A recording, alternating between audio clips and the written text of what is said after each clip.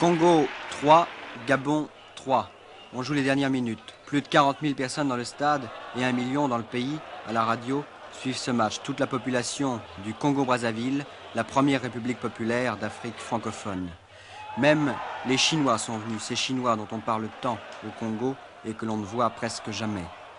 Dans 15 jours, le match sera encore plus spectaculaire. Brazzaville affrontera Kinshasa, la rivale riche, puissante et capitaliste de la rive gauche.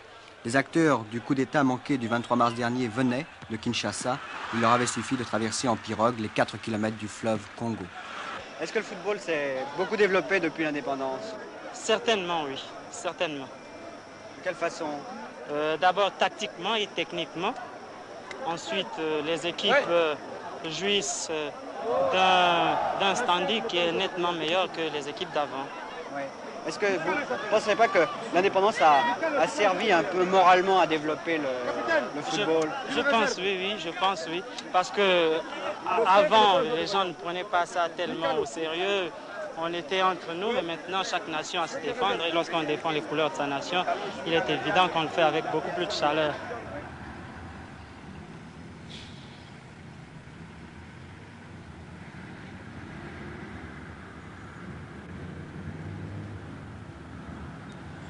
Ngouabi Marienne, 32 ans, chef d'État, un jeune homme. Depuis 1 an et demi, depuis la chute de Massamba Déba, cet homme qui fait son footing tous les matins à 6h30 dans les rues de Brazzaville, cet homme dirige le Congo socialiste. Un officier formé très traditionnellement en France dès l'école des sous-officiers de Strasbourg.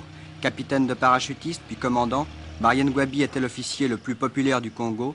Il est devenu président de la République. Entre-temps, il a aussi appris le marxisme-léninisme.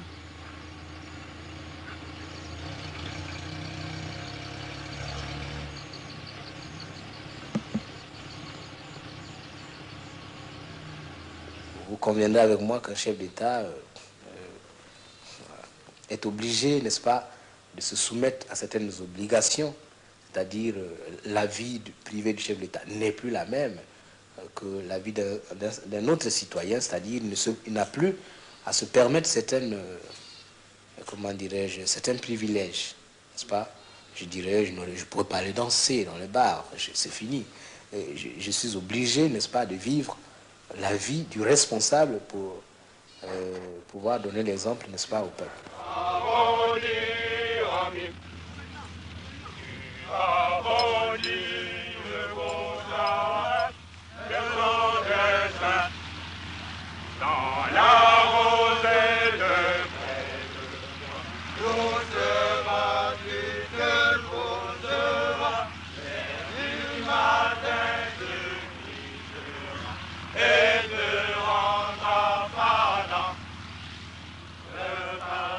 Une armée de paras d'extrême gauche. Voilà l'élément fort du régime et du pays.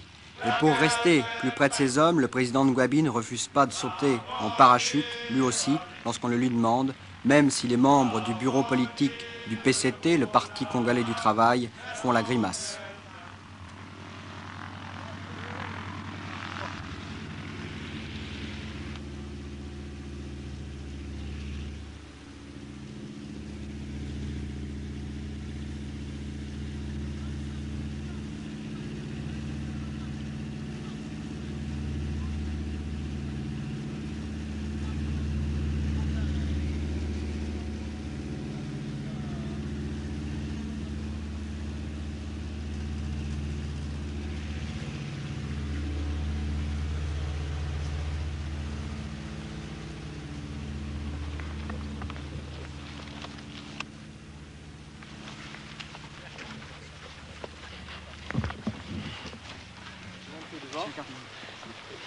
Comment ça s'est passé, Monsieur le Président?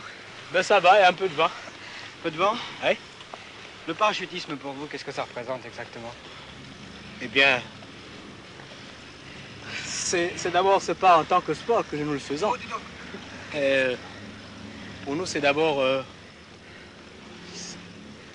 les soldats d'élite, si vous voulez. Hein? Parce que dans un pays comme le nôtre, où il n'y a pas beaucoup de voies de communication qui permettent aux troupes à pied, hein, d'intervenir dans toutes les régions par véhicule, je crois que la meilleure solution consisterait à faire de toute la troupe des parachutistes, parce qu'on peut larguer n'importe où, les soldats au cas de besoin. Et en plus, comme on le dit, le para, c'est l'ange du ciel, le démon de la terre. Alors, vous savez, c'est pour cela que nous nous intéressons particulièrement à ce métier périlleux pour la défense de la patrie et de la révolution.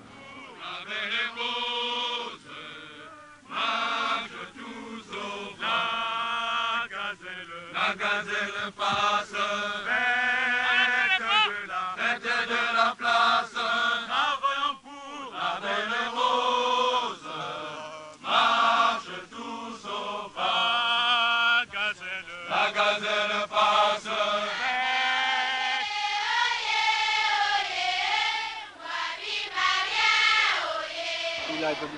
Mais Vive la République populaire du Congo, le président du Parti congolais du travail, le président de la République populaire du Congo, Oye, vive la révolution, vive le drapeau rouge, vive le président Mariengo, vive tout pour le peuple bien que populaire. Voici la meilleure élève. Plions les manches et travaillons, haussons nos voix et marchons gaiement, hâtons nos pas vers le bonheur de notre vieux pays, le Congo.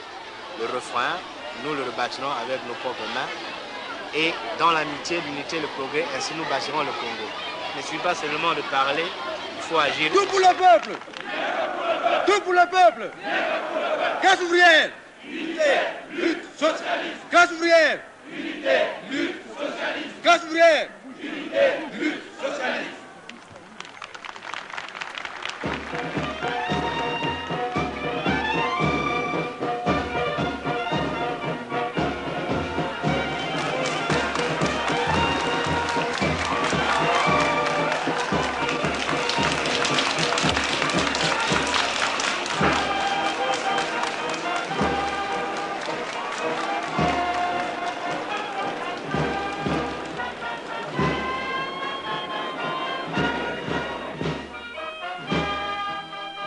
Dire que le socialisme, c'est la résultante de 100 années de colonisation et d'exploitation capitaliste.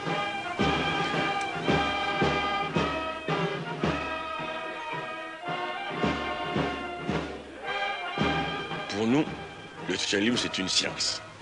C'est comme les mathématiques. Lorsque vous préparez le bachot ou bien vous préparez une licence, toute l'année, vous faites des exercices pour acquérir une certaine maîtrise, une certaine habitude. Mais quand vous faites ces exercices, vous ne pouvez pas prétendre qu'à l'examen, vous tomberez sur un de ceux que vous avez déjà fait. Mais vous avez au moins l'espoir que vous tomberez sur un qui est analogue.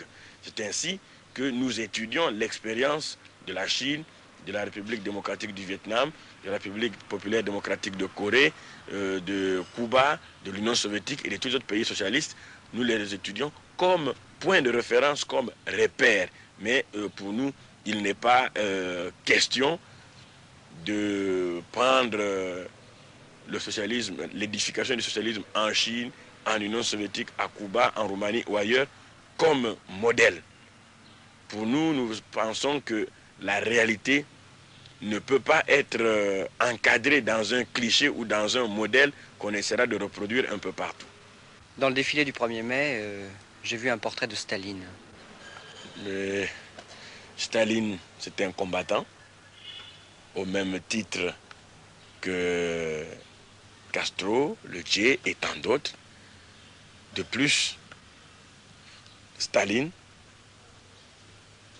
a défendu et a approfondi le léninisme. Et à ce titre, nous lui devons du respect, comme nous en devons à Che Guevara, à Fidel Castro, à Mao Zedong, à Lénine et à tous les autres grands hommes qui ont, par leurs efforts, par leur action, contribuer à faire avancer l'humanité.